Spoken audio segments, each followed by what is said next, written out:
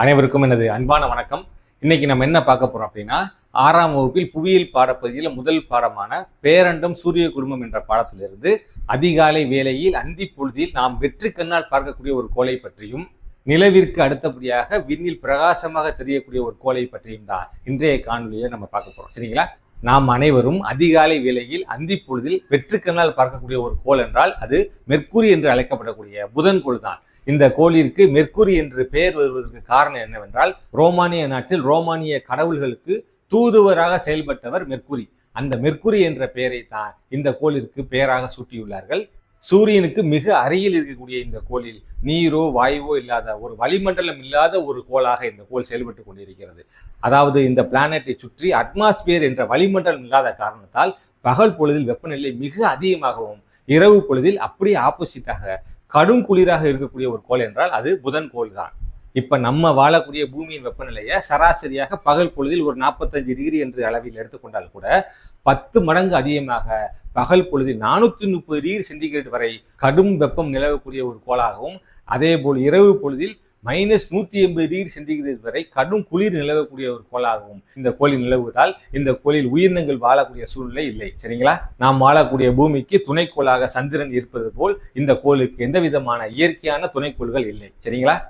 சூரிய குடும்பத்திலேயே மிக வெப்பமான கோள் எதுவென்று கேட்டால் நாம் கெஸ் பண்ணி சொல்லக்கூடிய ஒரு ஆன்சர் என்னவென்றால், சூரியனுக்கு மிக அருகில் இருக்கக்கூடிய முதலில் இருக்கக்கூடிய ஒரு கோளான புதன் கோளைத்தான் நம்ம எல்லாரும் சொல்லுவோம். ஆனால் அதுவல்ல ஆன்சர். சூரியனிடம் இருந்து இரண்டாவதாக இருக்கக்கூடிய சூரிய குடும்பத்திலேயே அதிக வெப்பமான கோள்.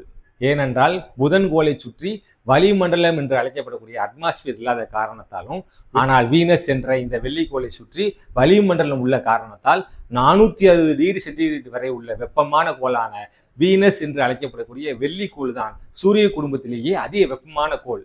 சூரியனிடம் இருந்து இரண்டாவதாக இருக்கக்கூடிய இந்த வெள்ளிக்கோள் பூமியை போன்றே ஒத்த அளவுள்ளதால் பூமியையும் இந்த வெள்ளியையும் இரட்டை கோள் என்று அழைப்பார்கள். பூமியை போன்றே ஒத்த அளவுள்ள இந்த வெள்ளிக்கோளானது தன்னைத்தானே சுற்றி கொள்வதற்கு 243 நாட்கள் எடுத்துக்கொள்கிறது.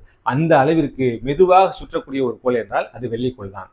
அதாவது வீனஸ் என்ற இந்த வெள்ளிக்கோளில் ஒரு நாள் என்பது நாம் ஆளக்கூடிய பூமியில் 243 நாட்களுக்கு சமம். சரிங்களா? சூரிய குடும்பத்திலேயே மிகவும் மெதுவாக சுற்றக்கூடிய இந்த வீனஸ் என்ற வெள்ளிக்கோளானது மற்ற கோள்கள் எல்லாம் ஆன்டி கிளாக் வைஸ், அதாவது கடிகார சுற்றுக்கு ஆப்போசிட்டாக சுற்றும் பொழுது யுரேனஸும் இந்த வெள்ளிக்கோளும் மட்டும்தான் கடிகார சுற்று, அதாவது கிளாக் வைஸில் கிழக்கிலிருந்து மேற்காக சூரிய குடும்பத்தில் சுற்றக்கூடிய இரண்டே கோள்கள் எவை என்றால் அது யுரேனஸ் மற்றும் வெள்ளி மட்டும்தான். சரிங்களா?